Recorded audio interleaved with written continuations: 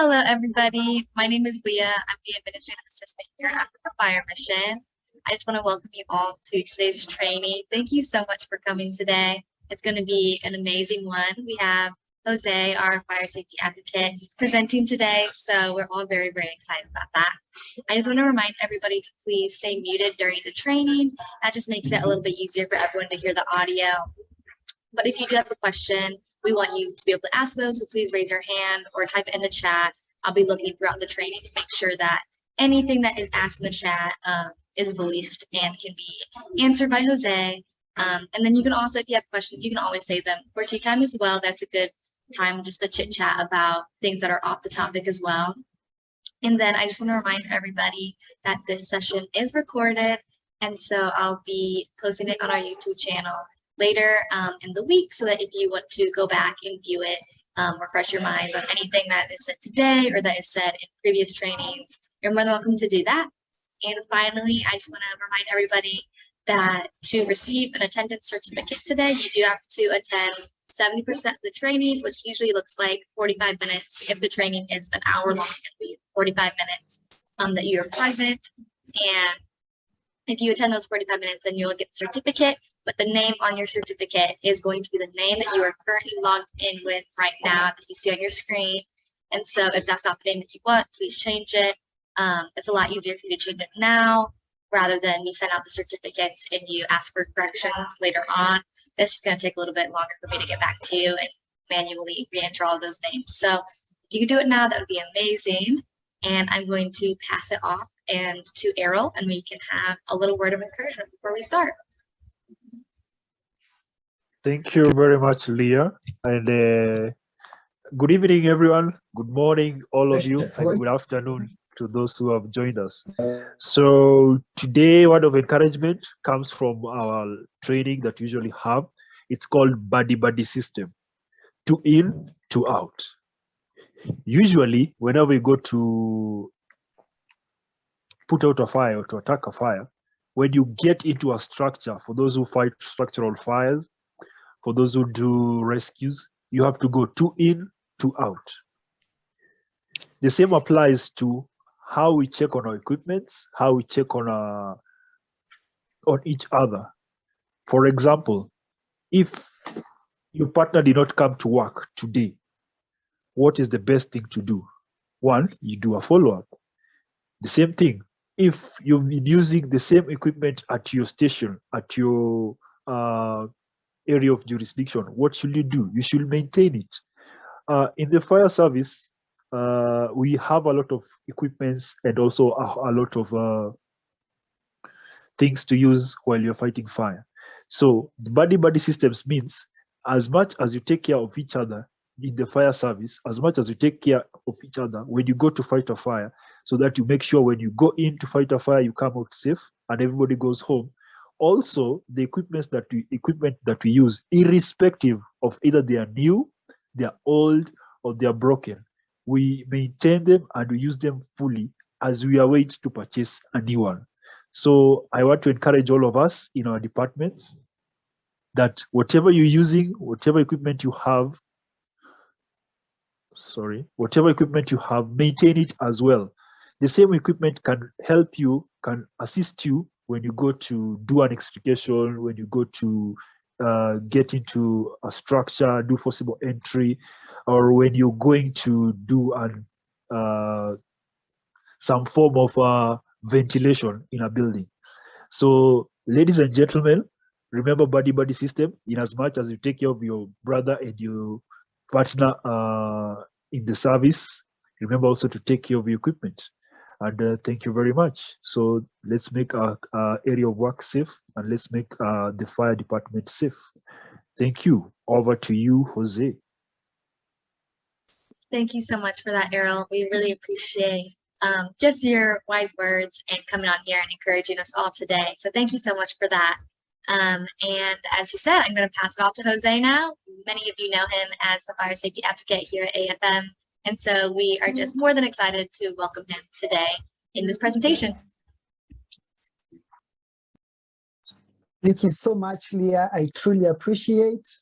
I'll share my screen. Even as I share my screen, you may kindly put Errol as a Because a lot now. co-host. Thank you. Huh? Let me share my screen.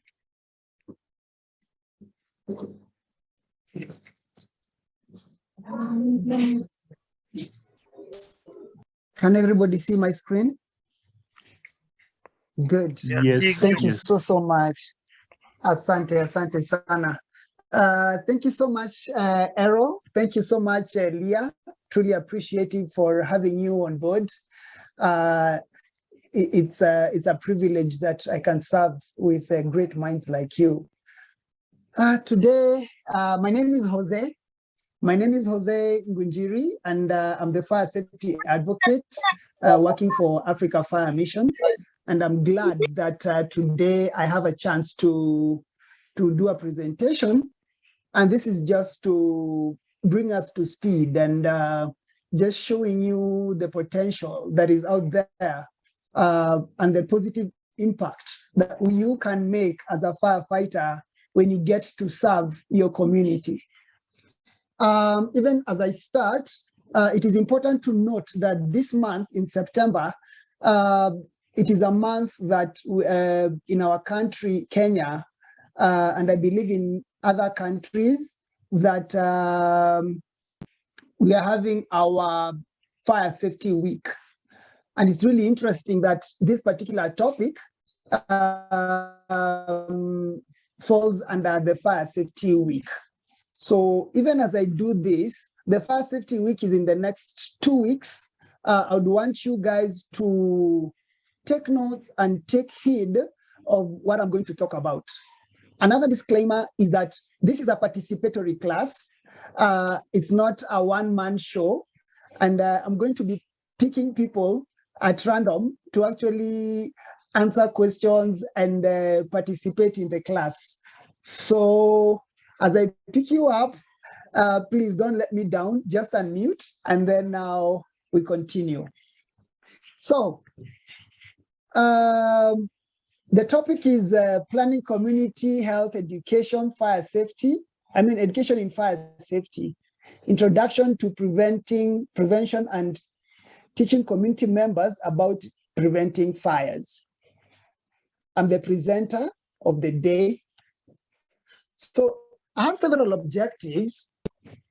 I would want us as participants to think about a few things.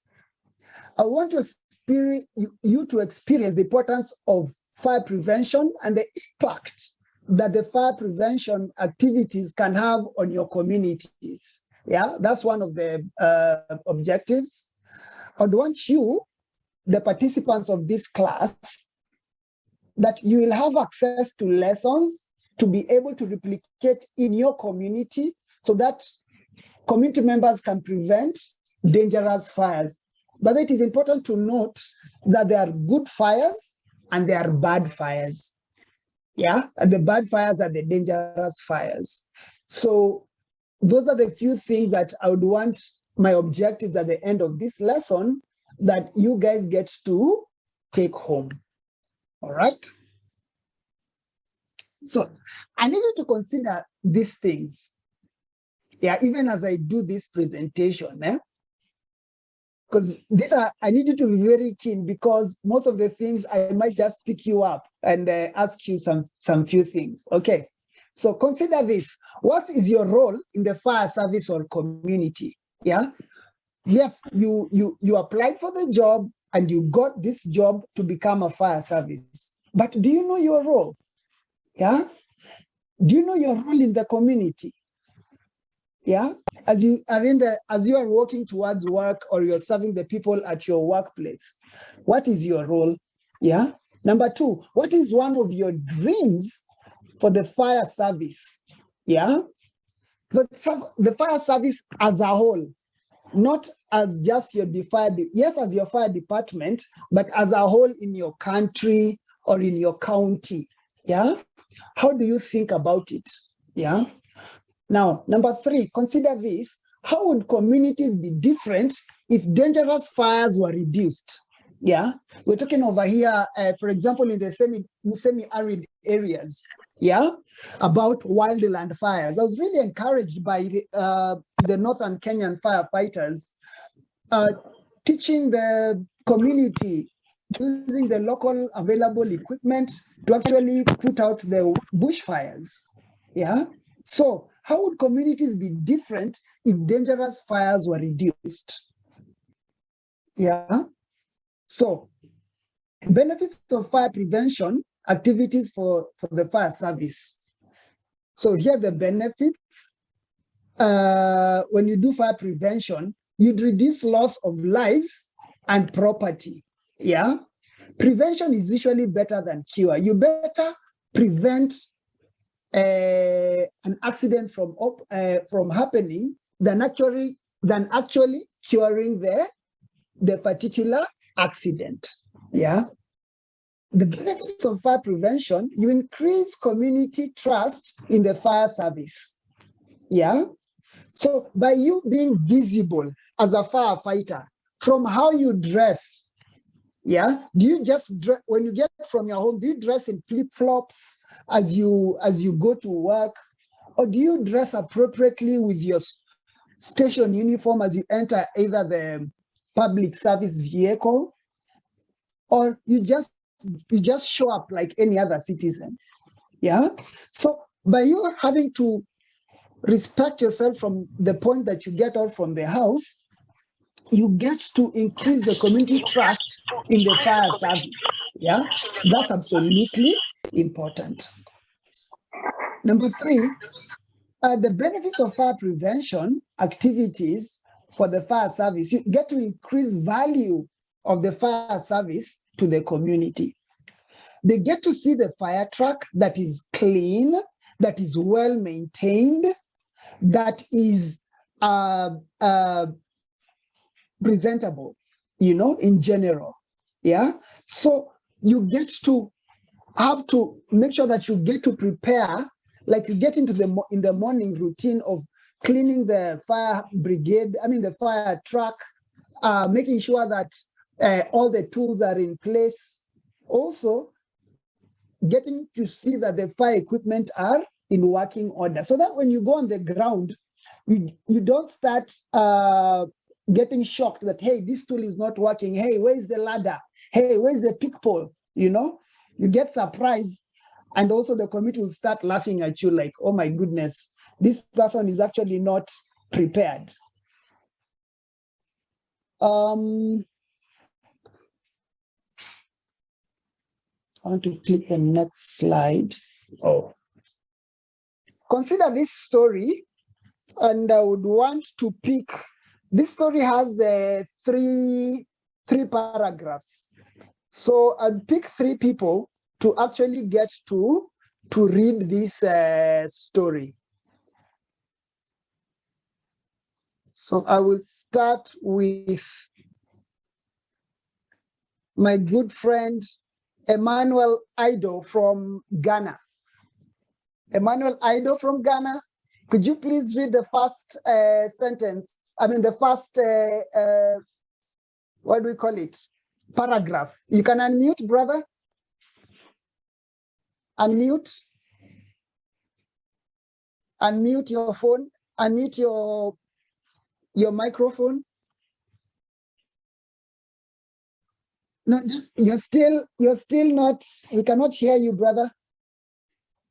Unmute.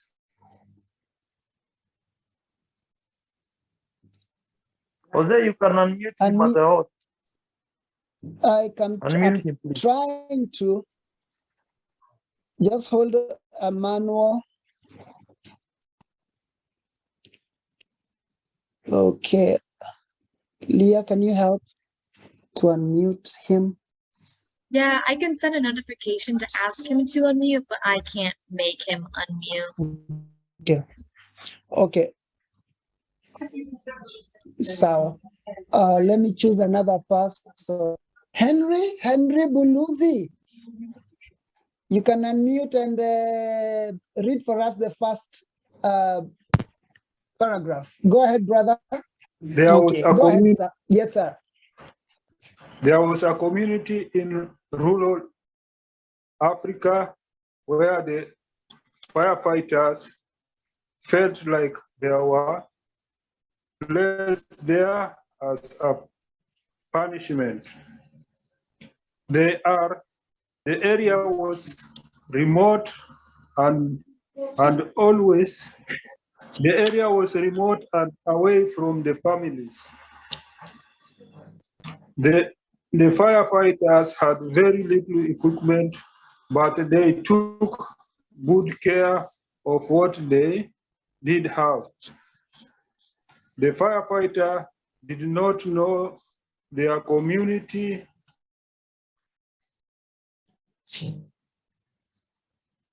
Mhm.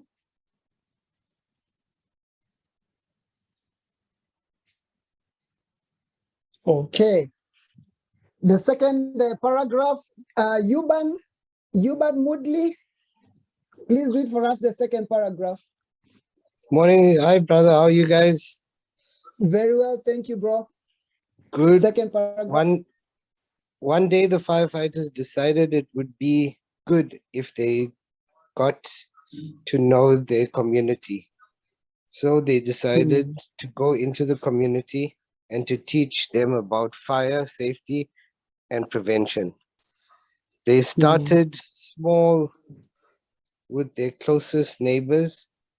Then they borrowed a PA system and spoke to the community and did firefighting demonstrations at bus stations in the markets. They taught about fire safety and how to contact the fire department. Tago Celestine, the third and the last paragraph. Tago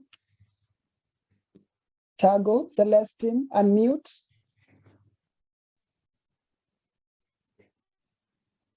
Brother, I can read the third paragraph as well if you want.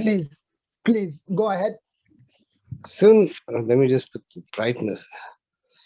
Oh, sorry. Soon the firefighters were invited to share their program in schools, and they taught students how to be safe from fire and how to call the fire department. Now the firefighters feel like they are part of their community, and the community has developed trust in the firefighters. When there is a fire, the community calls them quickly and they are welcomed by the community to put out the fires. Wow, awesome. When there's a fire, the community calls them quickly and they are welcomed by the community to put out the fires. If that really happened every time in Africa, I tell you, that could be so good. Let's think about this story. That story that I just read, let me go back and I'll just go back and ask you. So in that story, what do you see? In that story, what do you see? Somebody unmute. I told you it's going to be a participatory class. Yeah? What do you see in that story? Brother, I see that they took initiative to train the community, and when they trained the community, they got closer to them. Oh, yes. Thank you for that. What else do you see? Somebody else, please unmute. Yes, Jose. Mustafa here. Yes, sir. Mustafa from Malawi. What do you see? Yeah, I see that the firefighters went there as a punishment, but in the process, they developed the passion to take control of what they were punished for. Now, eventually, they started putting in innovations to say, how do we put this punishment into something that we may develop to like or something? So they started interacting with the community. Then eventually they developed good relationship with the community. At the end of everything, they were dependent. Instead of being punished, they became solutions to other people's problems. Wow, thank you so much. Let me go to, so what is happening? Apart from Mustafa and Woodley, what is happening Oh, in that okay. story that we I read? Yes, go ahead. okay. I can see Oh, we're losing you. Sorry. You're not that clear. Sorry, Francis, you're not that clear. Somebody else, Hello. Patrick, go ahead. Yes, what is happening? The story is like you went to my community and and did a research. Okay.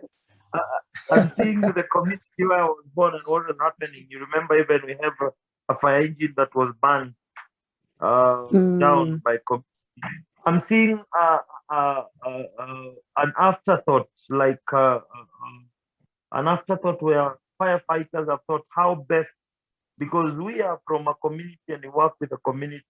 Now they are seeing how best can they integrate and do community education. And from Good. that, from knowledge, as you said, knowledge is power. I'm seeing what happened is that So, they have empowered the community on information about them, what they do, and which has brought a success story. so thank you so much. Community empowerment, that's what is happening. Let's go ahead.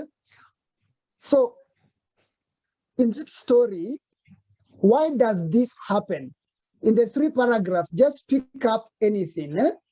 Adelino, I can see your hands raised up. Why does this happen in that story?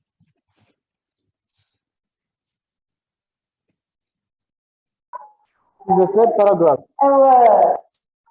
You know, the firefighters, like when they took the, can you hear me guys? There's a lot of noise here. I don't know if you can hear me. I can hear you very clearly, brother. Go ahead. Initiative on using their PA system in order to communicate with the community, so that they can come closer to the firefighters, for the firefighters to give them the demonstration how the firefighter operates and how do they work in accordance to when there's an emergency. So when they use the PA, the community come because the firefighters are calling for them just to come and show them, guys, if this happened, this is what we're going to do. This happened, this is what we're going to do. If something happens, these are the numbers that you have to call in. So they took all that information and give them to the community.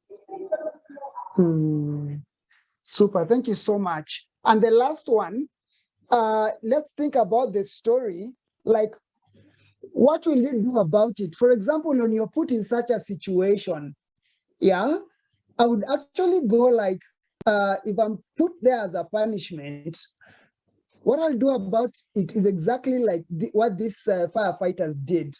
Yeah, I would actually look at what the need of that community is. For example, if I'm in a community that is on the highway, and usually petrol tankers usually fall off the road and they go siphon fuel, that's a hazmat situation. Yeah, so I need to do a groundwork first so that I can be able to see what tools I need to go address the challenge that the community is happening. The reason why I've put all this acronym showed is basically, this is actually what you need to always be addressing before you go to your community. Yeah, it happens so fast, that it is just like clockwork. But this is actually what you need to always be telling your mind what to do. You know what? Stories break ice, and it brings a lot of participation to help discuss the challenges the community's members face. Yeah, and with stories, you can get to to find the, what do you call it, to actually get to feel the rhythm of that particular community. Are they angry? Are they happy? You know, so that it helps you now to communicate your message effectively. As you plan for fire prevention, please consider using stories to help the lessons be more relevant to the challenges faced by various communities. Yeah, these are like the story I've just put up. That's a story that we came up with. Yeah, so be a storyteller even as you go do your fire prevention trainings. Use questions in fire prevention trainings. It is very important. Yeah, I always constantly keep on asking questions. Yeah, curious questions encourage participants to engage in the conversation and allow the community to share the knowledge that they already have with each other. For example, you find that communities really tell us that the fire brigade come late. So, for instance, you can just start saying something like, maybe this is an aftermath, after there was an accident, you just come do the fire prevention, and maybe there's a chief, there's a DO, the district officer, maybe the administrator of that area. You can just start asking them something like, did the fire brigade come early? And most people will say, no, it came early. The fire brigade did not have water. The first 10 minutes, there was water, and suddenly there was no water. And then now you can go like, why do you think that the fire brigade came late? Oh, those guys usually sleep, for example. That is what might come from the mouth of the community. I know for you inside, you'll be a little bit agitated, but you want to drive onto something. So the next question a curious question you can ask them is, so by the raise of hands, who has the fire brigade number? Oh, that question gets into their heads, because you know what? Honestly speaking, nobody will raise up their hand to say that they have the fire brigade number. And now that is your chance to actually now give the fire brigade number. Community members are more likely to trust the information from someone in their community and allows the instructor to build on existing knowledge. Yeah, this point says it because when you pose curious questions and the community gets to answer, you pose that question back to them with another curious answer, and you start a conversation between the community and yourself. Okay, so it is important to utilize questions and allowing the participants to answer posed questions. Don't ask question and then you answer it yourself. Pose a question and then let the answer come from them. It also helps the instructor to understand the challenges the community members face. Yeah. So it is important you as a firefighter in your region to develop tools that Africa Fire Mission has tried to put up across. AFM has developed fire prevention lessons to support firefighters in sharing fire prevention lessons. You know, stop, drop, and roll, calling the fire brigade, preventing fires in our homes, preventing fires from candles and lamps, cooking and electrical, preventing and responding to bush fires, use of fire extinguishers, and evacuation drills. Last year, was it last year? Was it last year or last year but one? I can't remember. The other symposium, we gave some community fire prevention books. Yeah. But I'm very curious to actually know if whoever got to receive those books, they got to use those books for to go teach their community. Yeah. And if the lessons that are inside that book are not relevant, those were just a guide to help you as a community fire prevention officer in your department, or as a firefighter in your department, to think creatively.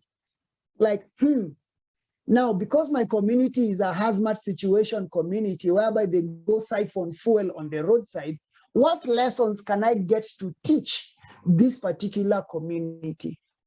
So these lessons are all developed with a rural and urban context. Yeah.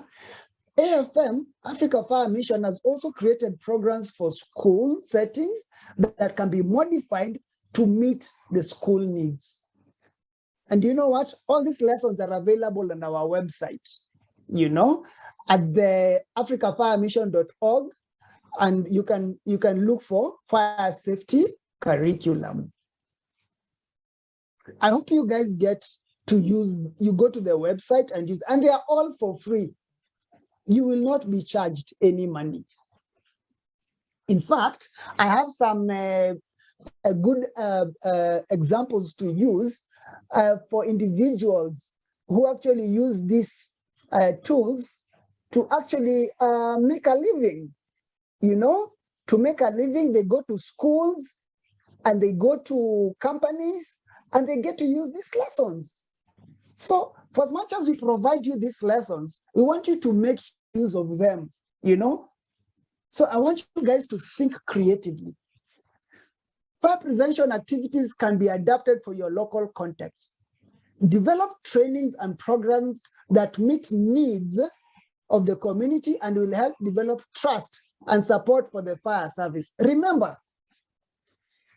the African Fire Service, people just assume us, or even they don't even know that we exist until fire shows up. Yeah. So how shall we get to build up ourselves so that the community can be able to appreciate us and we can be relevant with the community? So as you develop fire prevention programs for your community, please consider, number one, what are the greatest risks of fires in your area? Are they kitchen fires? Are they bush fires? Are they hazmat-related fires? Be as relevant as possible. What does the community know about the fire brigade? Do they just know you people as people who put out fires, or as it was very interesting that in another county, which I will not say which one, the fire brigade are known to be the guys who go clean the stadium for public functions, to clean the roads when there's a public function. That's the job of the fire brigade. And then I was like, man, are they sure our main role or our main duty? Yeah. So it is up to us to actually tell them we not only put out fires, but also we do extrication. We also do pit latrine rescues. We do a lot more things, apart from putting out the fires. What resources will you need to go into your community? Yeah. And also, if you are limited in available resources, consider what you can do despite limited resources. Don't wait for your fire chief or the governor in your community to actually get to provide those things. You can be so creative and use the tools that you have, So use the tools that the community actually gets to, are conversant with. For example, if it is a candle holder that the community gets to use, go buy a small candle holder and use that as a tool.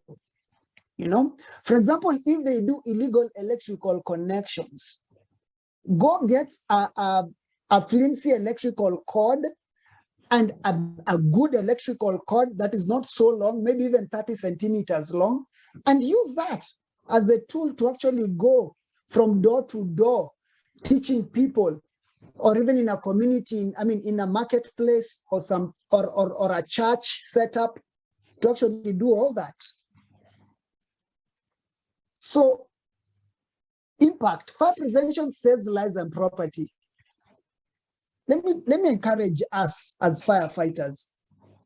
Never ever think that fire prevention is not worthy or is not worthwhile, or it's just a waste of time, or it's just for usually the fire week once a year and our job is done. No, it is a daily affair. It is daily you waking up and going to save life and property.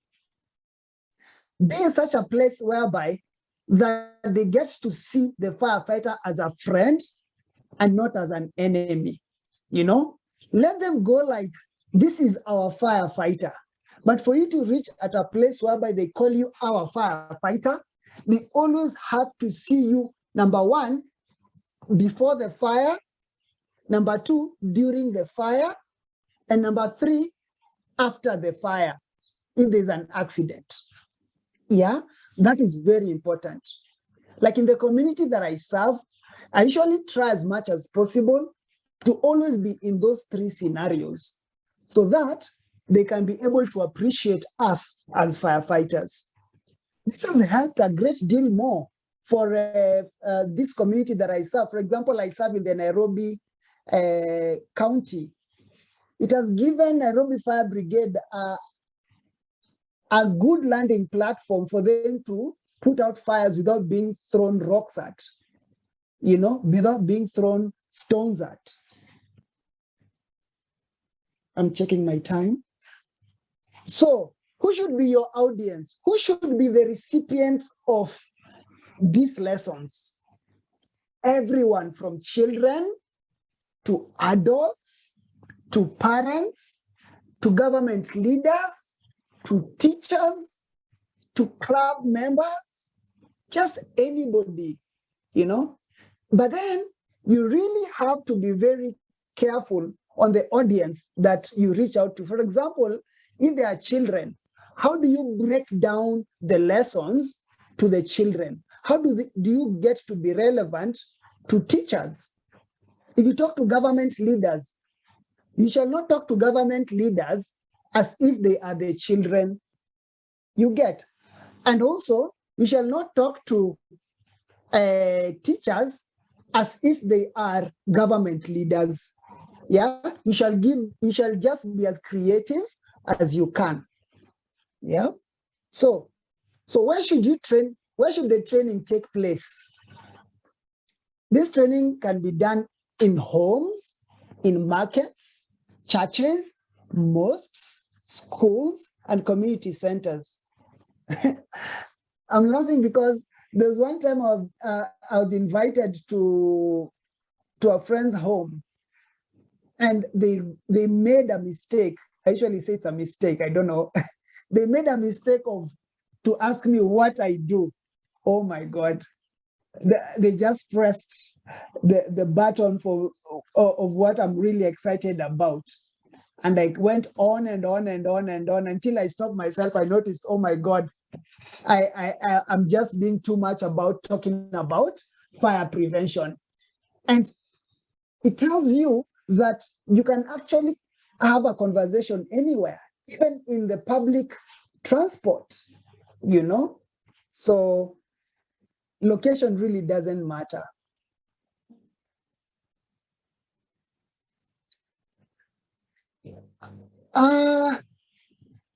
I've come to the end of my slides, and those are my contacts. You can always write to me at jose@africafiremission.org, and I encourage us to actually visit the africafiremission.org website and also YouTube channel. We have a YouTube channel. We're encouraging each one of us to actually get to subscribe to that YouTube channel, because we have lessons that are going to help you. So that's about it. Let me stop sharing. And there I am. if there are any questions, thoughts, Leah, back to you.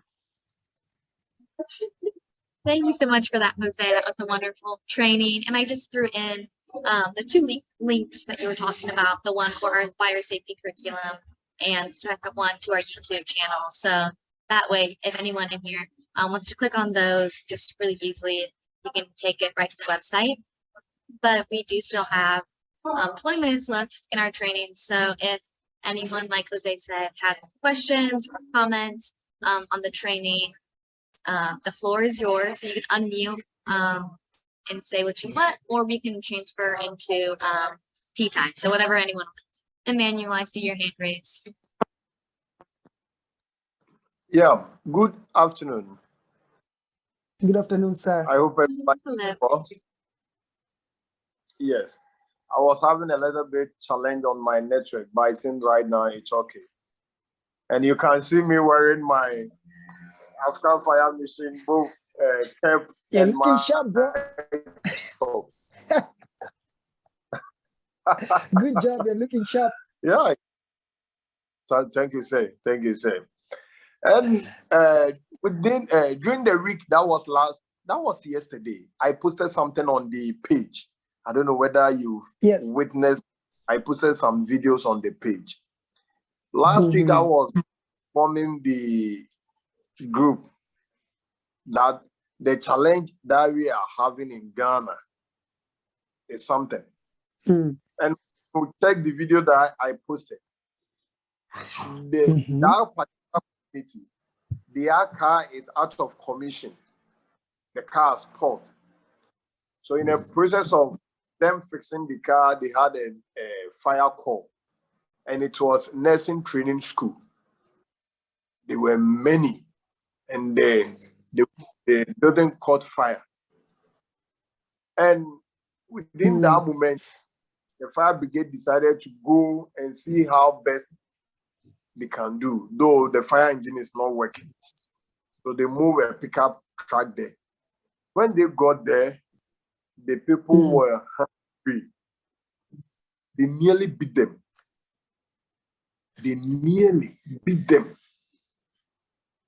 As I'm speaking to you right now, our car is also facing the same kind of challenge.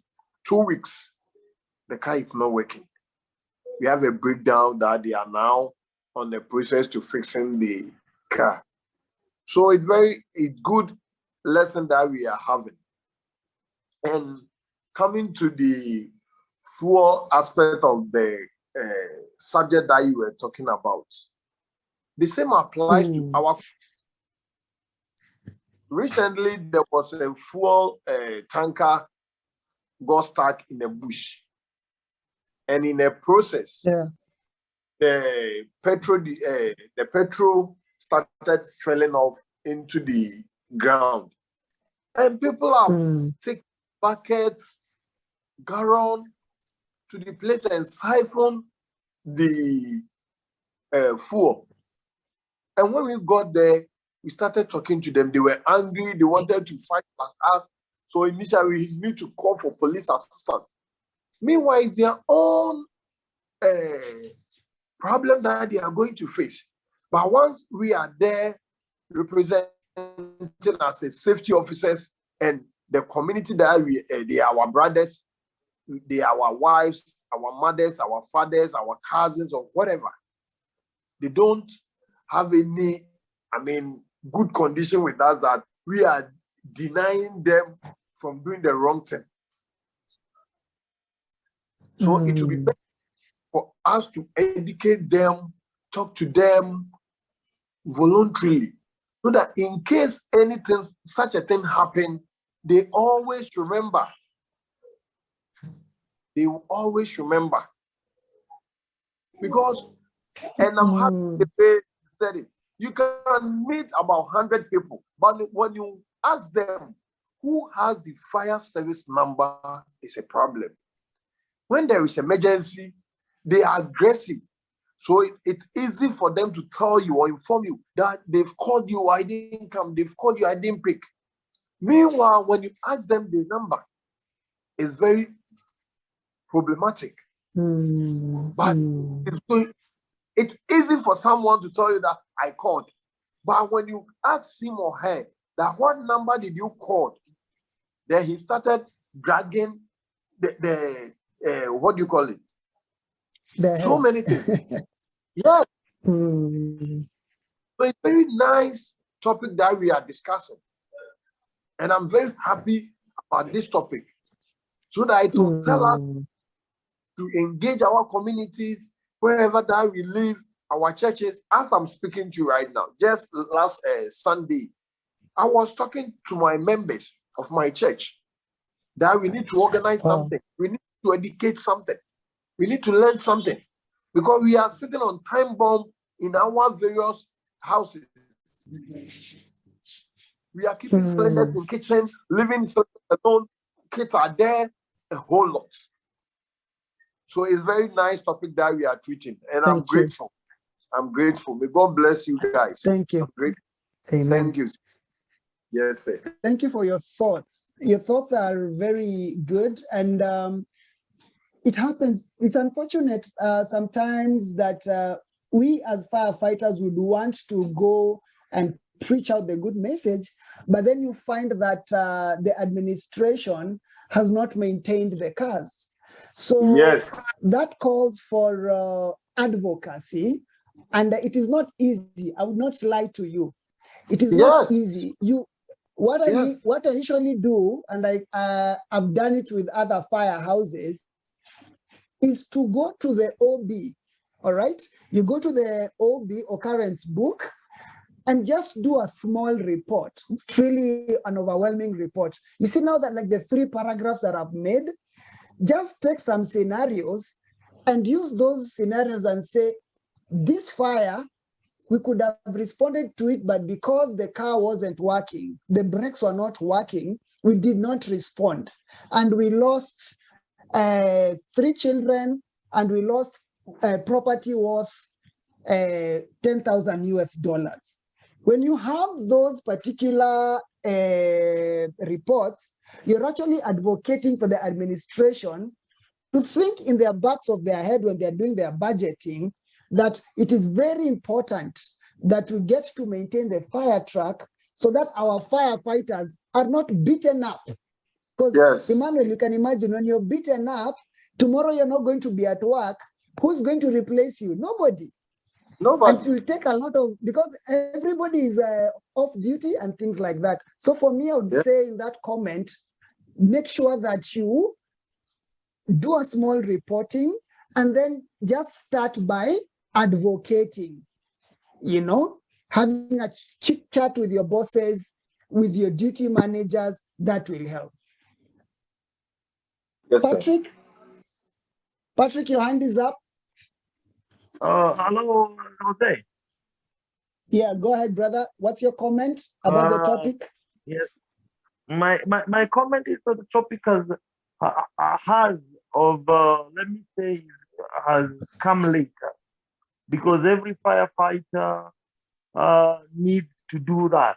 This is something we need to have been doing, and the most important thing, as you say, information is power.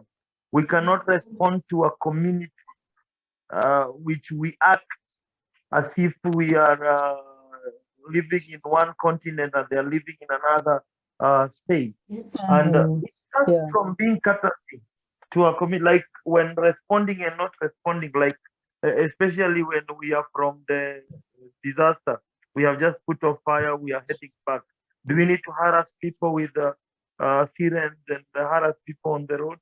Because I've seen most people harassing the same community we want to go to. Then they see us with sirens and going home, either attending or attending public holidays. But when they really need us to put off fire and save lives, now is when we are coming up with challenges. You see, that itself creates a negativity towards this. And to our brother in Ghana, this is a point that they need to raise to the government or to their leaders, that it's paramount important that you cannot have a fire engine breaking down. You cannot have a fire engine with no fuel. You cannot have fire engine with no insurance. You cannot have a fire engine without water. But at this particular moment, if firemen and the community back it up, you see, if it comes not from us now, it's like the community in where my brother is working from. Now the community either do let's say we empower them and they do a free, a fair and a demonstration to the governor or to the member of parliament, and they tell him enough is enough. We have good firefighters and what we need is ABCD. I believe those leaders will work towards it. That will, because it's hard at this at 21st century. We are discussing about an emergency vehicle not having fuel, while a politician car is full tank. We are discussing. It's really annoying and really it's a cry for me. Thank you. Thank you for your thoughts in regards to the topic. Technospark 6 go. Yeah. Okay. Atman Bacha, Chief Kilifi, go ahead, sir. Yes, how are you first, everyone? Very well, thank you. Actually, the topic of today is very, very, very, very good. And I'm just requesting all the colleagues wherever in the world to do that awareness to the community. And, you know, without community, you will face a lot of problems. Like you say, the car come without fuel, without water. But if you train the community, you will get a full support. If you tell them today there's no water, then the water management, they don't have water, they will understand you. But if you are not involving the community in this training, actually we are facing a lot of problems. So I urge, whatever you train us today, let's take it and implement it in our community. Then we'll pursue. We'll see. Thank you so much.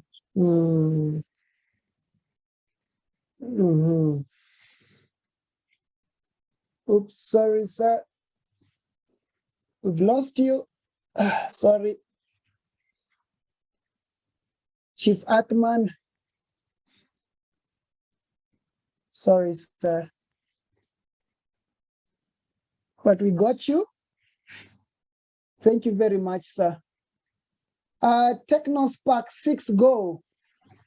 There's this gentleman with a Technospark 6 go. He was lifting like up. My brother Emmanuel.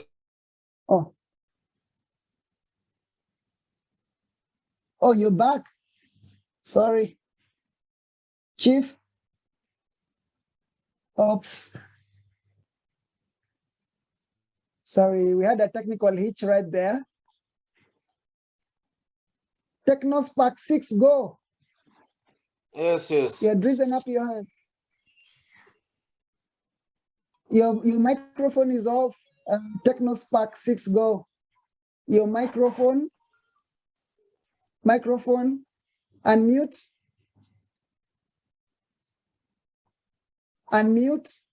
There you go. Yeah. Go ahead.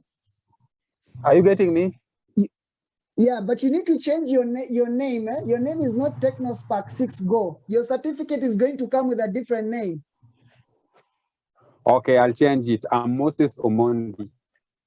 Moses Omondi. Go ahead, my brother.